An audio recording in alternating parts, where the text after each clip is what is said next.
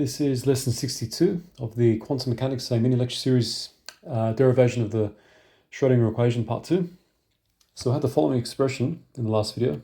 Finished off with this, okay, which states that the Hamiltonian H is both Hermitian and unitary. Right?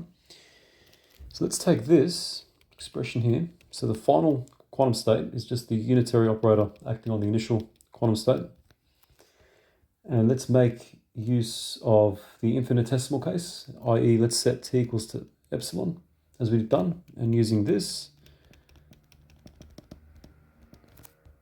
we find that psi of epsilon is just this.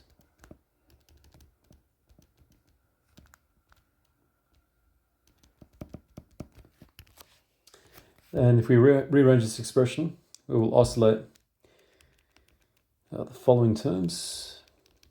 Okay, rearranging.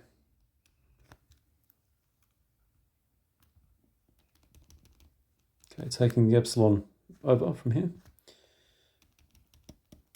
Now, for those familiar with basic maths, calculus, this left-hand side here, if you recall from a very, one of the very beginning, very early videos that I've made, this actually looks like the definition of a derivative, and it is. Okay, if we take the limit as epsilon approaches 0, then this becomes the time derivative of the state vector. Here's what we get, the partial derivative, right? And this is what's called the time-dependent Schrodinger equation.